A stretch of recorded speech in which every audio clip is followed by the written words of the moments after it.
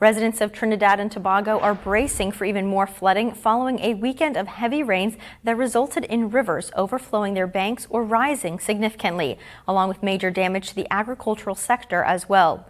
The Office of Disaster Preparedness and Management recorded more than 90 inclement weather reports of landslides, flooding, fallen trees, and falling utility poles.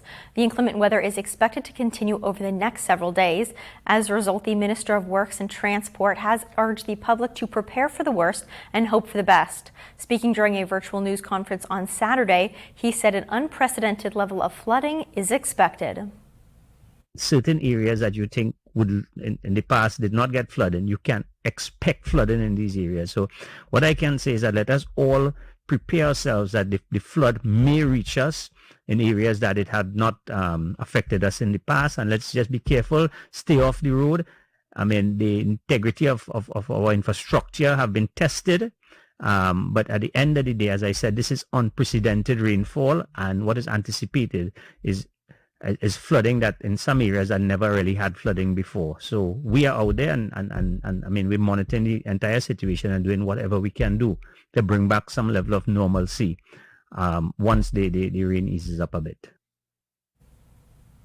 Meantime, the Minister of Rural Development and Local Government confirmed at another press conference on Sunday that schools would be closed on Monday. We are absolutely confident that the Ministry of Education's decision approved by the Honorable Prime Minister to close schools tomorrow was born into proper effect. Minister Gadsby Dolly, who has been carefully managing this, made the recommendations together with our team. So schools are closed tomorrow, reopening on Tuesday. That's in light of the orange level alerts that we have. We have had extensive flooding. We've had more rain. We have had more rain, and there is more rain on the horizon. Even if the flooding didn't continue, 52 schools definitely had to be closed, and therefore the trigger was pulled to make sure that schools will manage tomorrow. Meantime, travelers face delays at airports and on the roads this holiday weekend. AAA estimated that nearly 55 million Americans would hit the road, rail, or air for Thanksgiving, making this the busiest third time since the company started keeping track back in 2000. On Saturday alone, the TSA screened more than 2.2 million people. Naomi Rucham has more from New York. Severe weather was primarily to blame for more than 6,000 flight delays and cancellations nationwide yesterday alone, according to FlightAware. New York, Chicago, and Washington, D.C. were among the worst hit. Every single flight has been delayed. The weather is not the best, but we're working with it. Andy Tim Bond said his trip from Dallas to spend Thanksgiving with relatives in the D.C. region was more expensive than previous years. He calls it a new normal. The price of traveling and going to everything is definitely worth the family times. With a song and a few fist bumps, one airport worker in Philadelphia kept passengers entertained as they passed through long security lines. Flight doesn't board for another hour, but I had to be here extra early just in case. AAA expects when the final numbers are tallied, this year's Thanksgiving travel will have been on par with pre-pandemic levels, with more than 54 million Americans trekking more than 50 miles away from home. The bulk of those travelers hit packed roads. We make this trip about once a year for Thanksgiving, and it's pretty typical to see this every time. AAA also expects travel to continue into this week, with more Americans now working remotely. Naomi Rucham, CBS News, New York. AAA says it also expects not only a busy winter holiday season, but also an explosive new year in what's being called revenge travel, as Americans are making up for lost time by hitting the road by spending more money by vacationing and traveling further from home. Besides travel, the holiday shopping season kicked off this weekend. Consumers spent more than $9 billion online for Black Friday, according to Adobe Analytics. Electronics and toy purchases helped drive the record sales.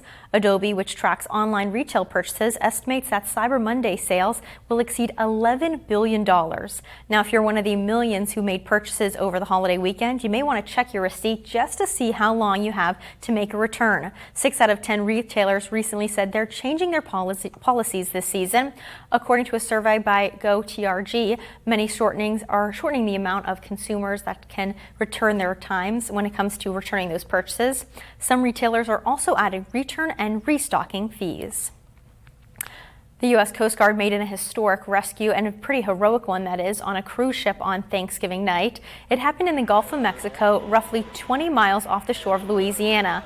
An overboard cruise ship passenger was stranded in the water, and the Coast Guard located the passenger and airlifted him out of the water. The passenger was responsive and in stable condition.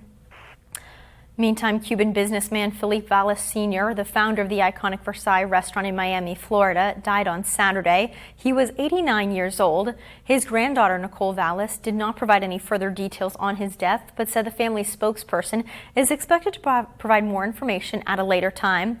After Valles opened his restaurant 51 years ago, it became a vital gathering place for exiled Cubans who could congregate over familiar dishes.